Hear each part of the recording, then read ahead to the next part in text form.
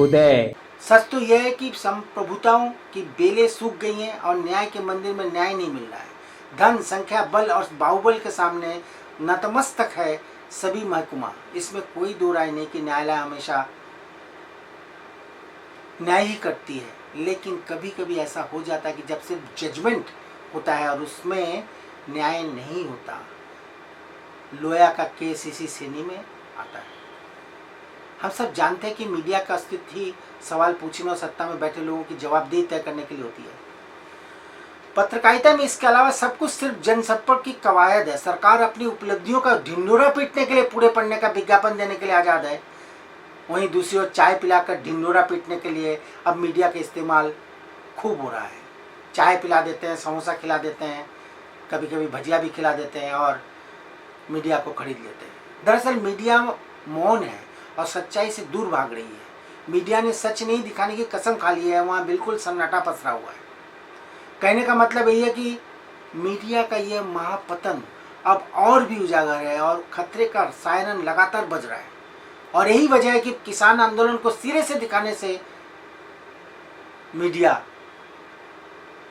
डर रही है। मेन मीडिया ने किसान आंदोलन को सिरे से दिखाया ही नहीं। जो कुछ कर रहे हैं, जो कुछ दिखा रहे हैं सोशल मीडिया में, छोटे छोटे चैनल और यूट्यूब चैनल वाले दिखा रहे हैं, हमें सजग कर रहे हैं। किसानों की कथा मीडिया नहीं, सोशल मीडिया से लोग जान पा रहे हैं। मीडिया की बात चली तो मैं डॉक्टर मुकेश कुमार की किताब पर उनकी टिप्पणी का जिक्र करना चाहूँगा। डॉक्टर मुकेश ने लिखा, वास्तव में देखा जाए तो पत्रकारों, मीडिया संस्थानों और कंपनियों के बीच सांठगांठ रक्षा या कुछ एक क्षेत्रों तक ही सीमित नहीं है। ये दलाल तंत्र हर क्षेत्र में मौजूद है और इसकी जड़ें नीचे तक फैली हुई हैं। बिजनेस पत्रकारिता तो इसके लिए बुरी तरह बदनाम है। वहाँ महंगे तोहफे और पैकेट का चलन अरसे से है।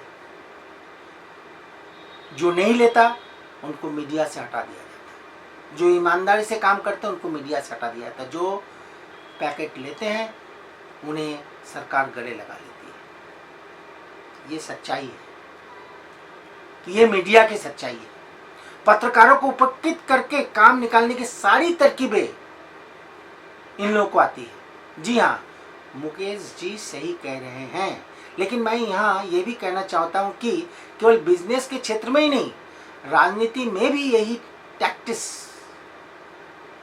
अपनाए जा रहे हैं। पत्रकारों को जमीन और घर देकर खुश किया जा रहा है तो कहीं पैकेट देकर भी खुश करने की कोशिश की जा रही है। हालांकि आजकल थोड़ा ट्रेंड बदल गया, थोड़ा सा ट्रेंड बदल गया है। थोड़ा डरा दिया जाता है कि सरकार के खिलाफ लिखोगे तो नौकरी से हाथ धो बैठोगे, सरकारी विज्ञापन से भी मरहूम हो जाओगे।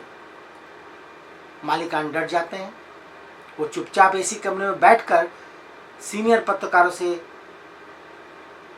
गुजारिश करते हैं कि ज़्यादा उड़ने की ज़रूरत नहीं है, ज़्यादा सरकार के खिलाफ लिखने की ज़रूरत नहीं है।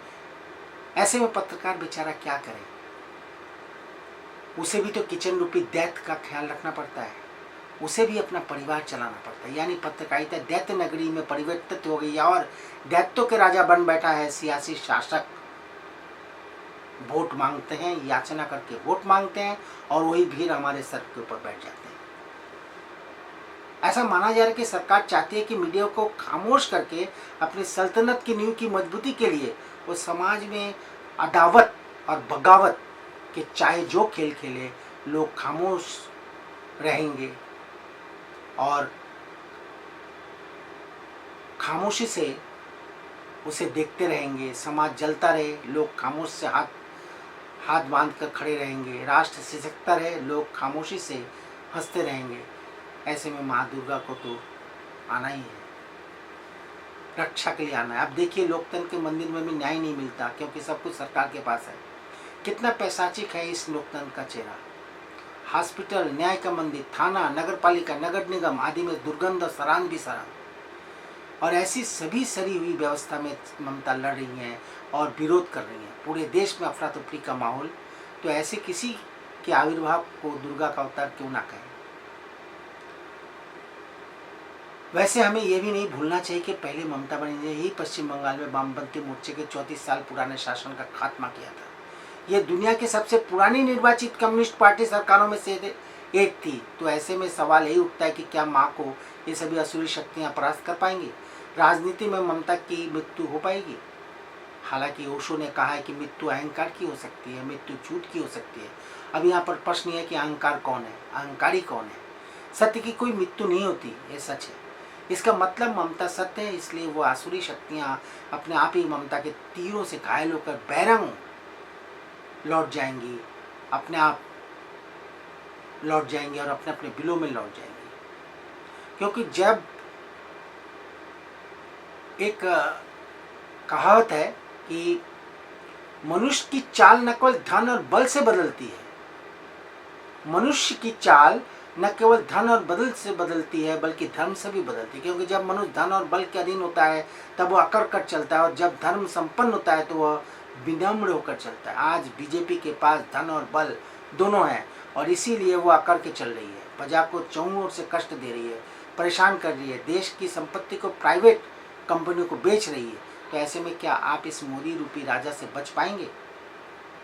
धैर्य रखें, कल इन्हें मौका मिलेगा तो आपको और हमें भी नहीं बख्शेंगे, भेज देंगे, सड़क पर लाकर छोड़ देंगे। तो आज बस इतना ही। प्रणाम।